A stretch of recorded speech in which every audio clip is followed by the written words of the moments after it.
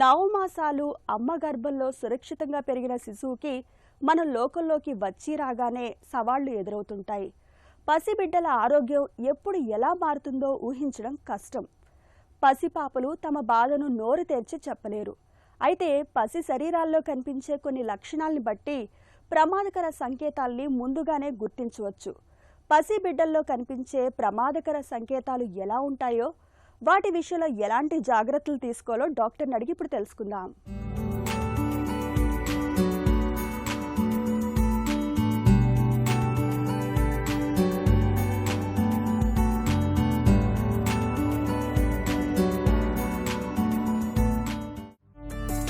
పుట్టిన బిడ్డలో ఏ లక్షణాలు కనిపిస్తుంటే వెంటనే ఆసుపత్రికి తీసుకెళ్ళాలి? న్యూబార్న్ బేబీస్లో నార్మల్గా ఏదైతే నార్మల్ అండ్ అబ్నార్మల్ అన్నది గుర్తుపడడం చాలా ఇంపార్టెంట్ పేరెంట్స్కి.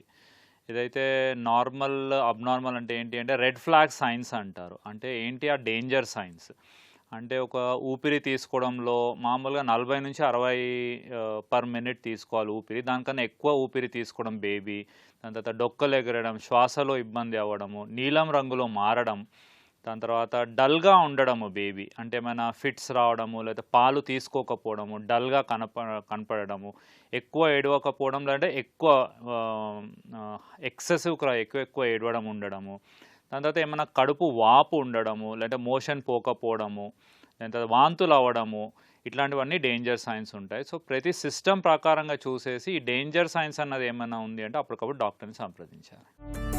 నవజాత శిశువు పాలు సరిగా తాగకపోవటం, పదే పదే నిద్రపోవటం, లేదా చాలా నీరసంగా ఉండటం, ఇవేమైనా తీవ్రమైన సమస్యలకు సంకేతాలా? సో మనము మొదట్లో ఏంటి అంటే పాలు తాగడం లేదు అట్లా ఏమైనా ఉంది అంటే మామూలు ఒక్కొక్కసారి ఫీడ్ ఇష్యూస్, ఫీడింగ్ బాగానే ఉందా అన్నది మనం చూడాలి.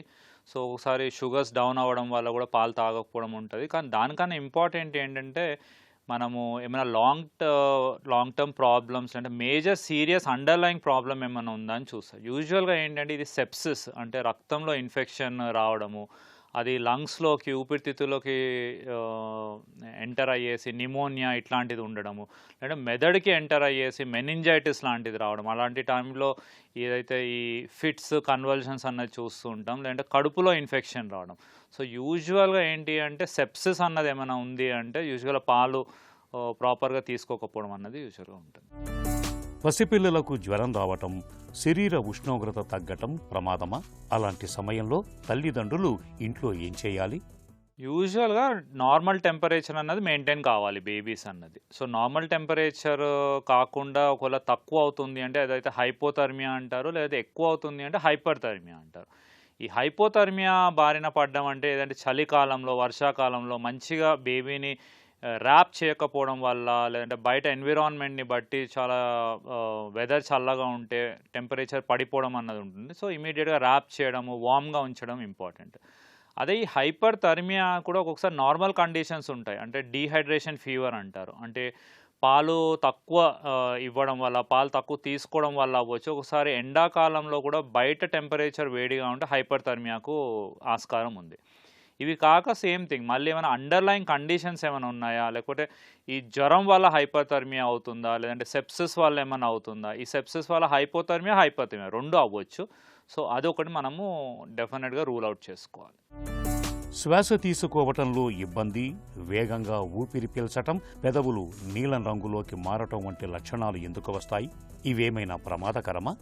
యూజువల్గా మనకు ఒక బేబీ శ్వాస తీసుకోవడం ఇబ్బంది అవుతుంది, వేగంగా తీసుకోవడం ఉంది, టకిప్నియా అంటారు, లేదా నీలం రంగులో సైనోసిస్ అంటుంటాం. ఇది ఏంటి అంటే యూజువల్గా రెండు సిస్టమ్స్, ఒకటి అది ఏమైనా ఊపిరితిత్తులకు సంబంధించిందా లేకపోతే గుండెకు సంబంధించిందా, ఈ రెండు మనం చెక్ చేసుకోవాలి.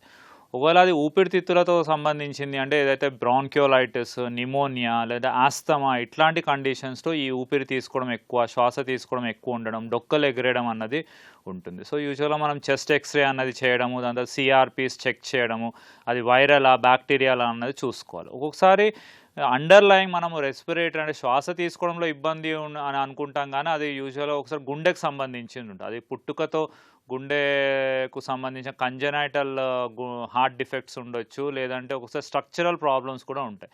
సో దీనికి ఏంటంటే 2D ఎకో అన్న సింపుల్ టెస్ట్ ఒకటి చేస్తే అది నార్మల్ ఉంది అంటే దాని వరకు మనం రూల్ అవుట్ చేయాలి. నవజాత శిశువులో కామెర్లు ఎప్పుడు ప్రమాదకరం?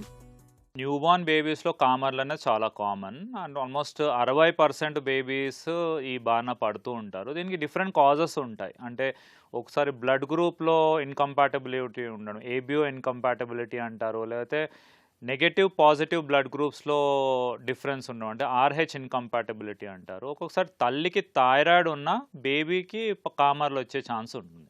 ఇది కాక ఒక్కొక్కసారి ఇడియోపాథిక్ అంటారు, అంటే రీజన్ లేకుండా ఒక్కొక్కసారి కొందరు బేబీస్ ఈ కామర్లు వచ్చే ఛాన్స్ ఉంటుంది.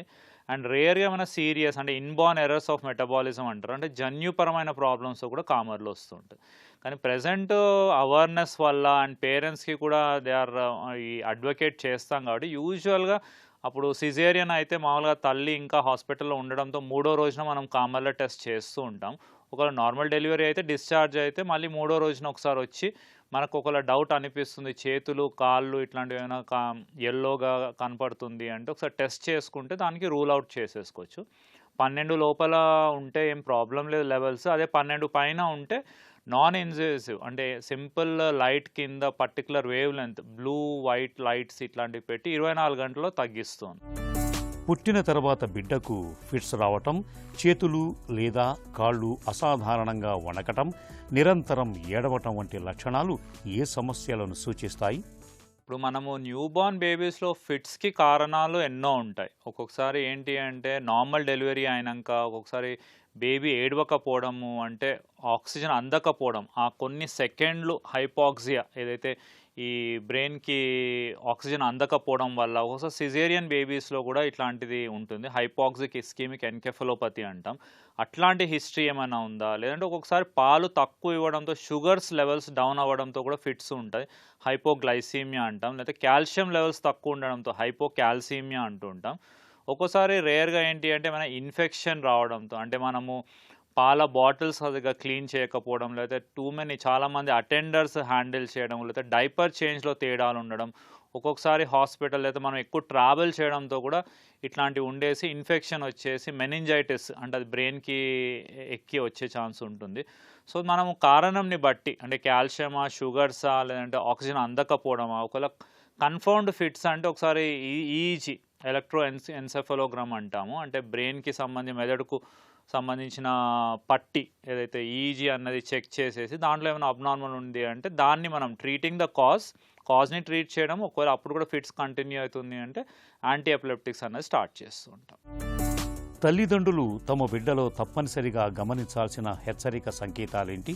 అవి కనిపిస్తే ఎంతలోపు వైద్యుణ్ణి సంప్రదించాలి?